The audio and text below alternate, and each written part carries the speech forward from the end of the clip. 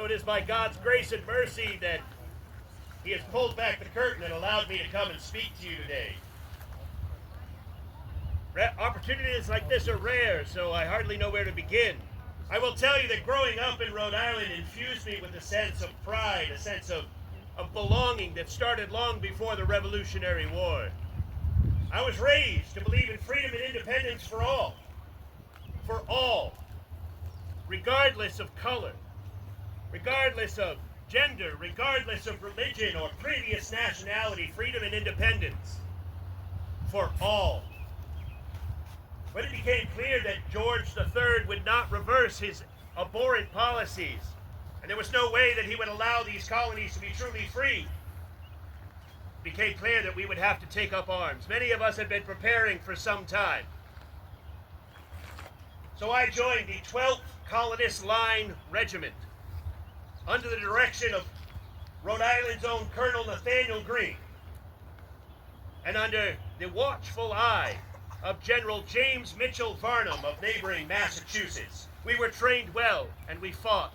I fought in the siege of Boston, and after some counterattacks and some very clever maneuvers by we colonists, we were able to drive the British out, but the war was far from over. We marched south, and I battled in the Battle of Long Island, the Second Siege of Trenton, Harlem Heights, and many more. Hear this, we did not want to fight. But freedom and independence come at a sacrifice, and we knew we must take up arms. How I was able to make it through every battle, I do not know, whether it was by God's providence or skill or training. I was able to continue to fight, but I watched brave men die beside me, those who gave their very lives for the cause that we all believed in. And then came that long winter at Valley Forge. The suffering was immense. If it weren't for the kindnesses of people like Hannah Till, Polly Cooper, none of us would have made it through. The thing that blessed me the most at my time at Valley Forge, though, was the fact that I was able to become a friend of General George Washington. Never have I seen a man inspire people more than that man. It was he who made me a captain, and it was he who commissioned me and Colonel Greene to come back to Rhode Island to form the 1st Rhode Island Regiment. What a blessing that was.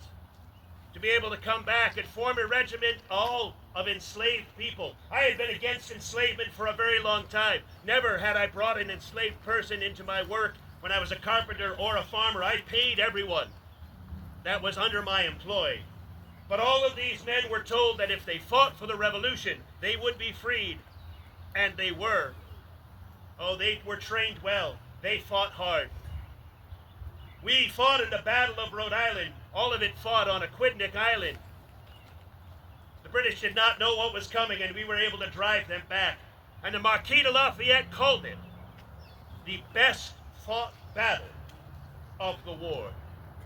It was also while I was home that I married my beloved Nancy Bradfield. She waited for me for some reason. I cannot say why, but I do know that I am most blessed among men that she waited. But duty called, and we continued on. We marched down to Yorktown. And in 1781, in May of that year, while we were waiting at Yorktown, loyalists broke in to the camp and unfortunately viciously murdered Colonel Greene. I say murdered because this was not a battle in the midst of war. It was an attack by cruel and cowardly men. Several of the men from the 1st Rhode Island Regiment saw what was happening as they were not only killing Colonel Greene, but they were continuing to hack at his body with swords long after he was dead. So they came to defend him. Not that they could save his life, but they could certainly protect his honor in death. And unfortunately, they were killed as well. But to honor them, we made sure that we buried all of them together, Colonel Greene and these men who gave their lives for this cause. It was but 5 months later that the British surrendered at Yorktown. I was fortunate enough to be there. Somehow I made it through the entire war, from the siege of Boston to the surrender at Yorktown. And it was a few months later that I resigned my commission and I came back to Wickford and my beloved Nancy. We raised 5 children together. Now, I know it is common practice to name your first son after yourself, but I could not do that. I named my first son after the greatest man I had ever known, George Washington. My first son proudly bore the name George Washington Cole. My second son was Thomas. And then along came Bradfield, Nancy, and Horatio.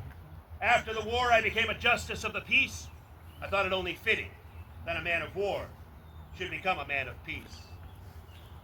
I feel that my time with you is coming to an end, but I'm grateful that you have taken time to listen.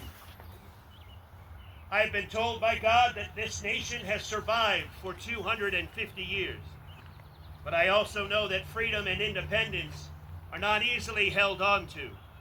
So I urge you all to find the right cause and to continue to fight for freedom and independence for all.